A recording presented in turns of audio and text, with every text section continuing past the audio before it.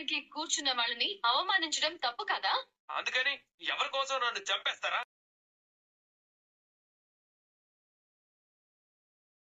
వీడికి ఇది కొత్త కాదు కదా. ఇప్పుడు నేను చావాలి అంతే కదా. ఒకసారి జైలుకి వెళ్ళి వచ్చినాడు, నన్ను చంపి మళ్ళీ జైలుకి వెళ్తా అంతే కదా. వీళ్ళు నీకేం కొత్త కాదు కదా.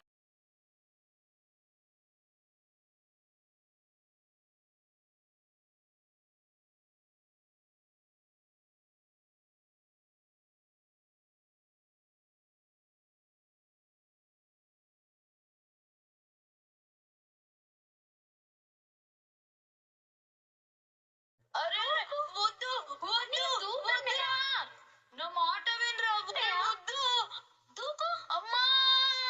అన్నయ్య అన్నయ్య అన్నయ్య అన్నయ్య.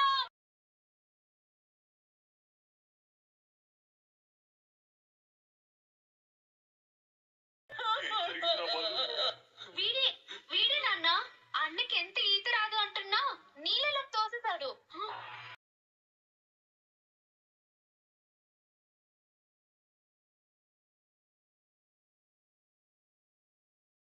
ఈ ఇంట్లో ఏ అరిష్టం జరిగినా దానికి కారణం నువ్వే అని తెలిసినా ఇక్కడికి వచ్చావు. చివరికి నీ చేతులతో నువ్వే నా బిడ్డ ప్రాణాలు తీస్తావని ఊహించలేదురా. వీడే నా బిడ్డని పొట్టన పెట్టుకున్నాడు. ఒక హంతకుడు. తీసుకెళ్ళి జైల్లో పెట్టండి. ఒకే రోజు నా ఇద్దరు కొడుకులు చచ్చిపోయారు.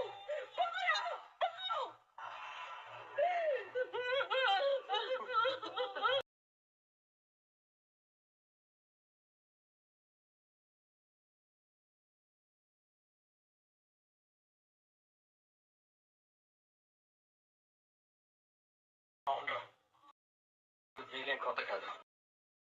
నిజంగానే నిన్ను చంపేస్తాను, జైలు కడతాను.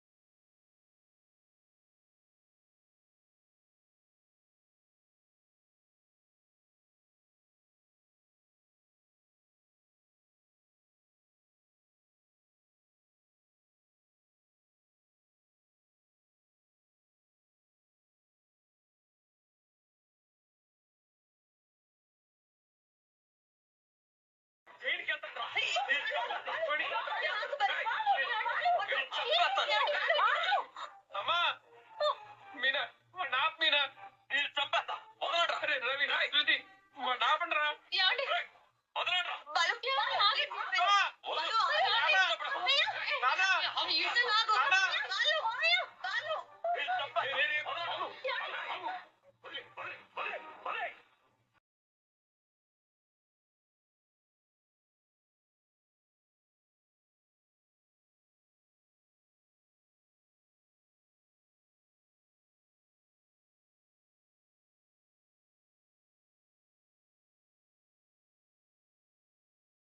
మావయ్య, బాలు మమ్మల్ని బతకనిచ్చేలా లేడు.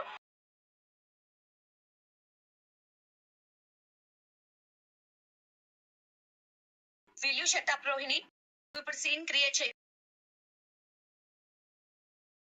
ఏంట్రా ఇది? వాడిని చంపేస్తావా? ఏం చేశాడో అడుగు. ఏం చేశాడు? ఒకప్పుడు మా బంధువులు ఇంటికి వస్తే వాళ్ళని కూర్చోబెట్టి నేను భోజనం పెడితే మీరు అడ్డమైన వాళ్ళని మేపుతూ ఇల్లు దోచి పెడుతున్నారు అన్నారు కదా. మీ కొడుకు కూడా అదే సంస్కారం నేర్చుకున్నాడు.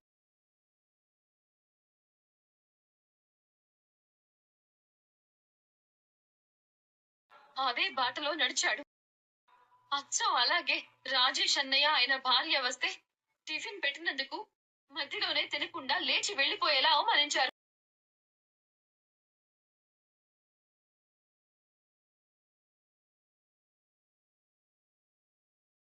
అన్నయ్యని చంపి జైలుకి వెళ్తావా? జైలుకి వెళ్ళడం నీ కొత్త కాదు కదా అన్న.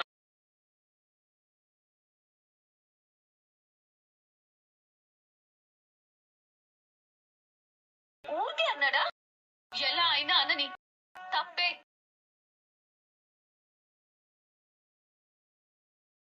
నాకు జైలుకి వెళ్ళడం కొత్త కాదట నాన్న.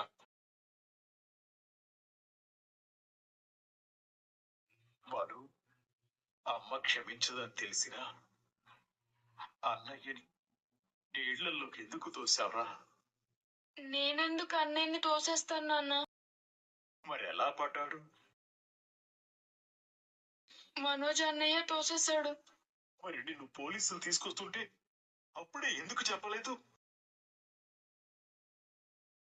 ఒక అన్నయ్య చచ్చిపోయాడు. అమ్మకు నేనంటే ఇష్టం లేదు. నన్ను ఇంటికి రానివ్వదు. ఇంకా చిన్నన్నయ్య కూడా జైలుకి వెళ్తే అమ్మకు ముగ్గురు కొడుకుల్లో ఒక్కరు కూడా లేకుండా పోతారు.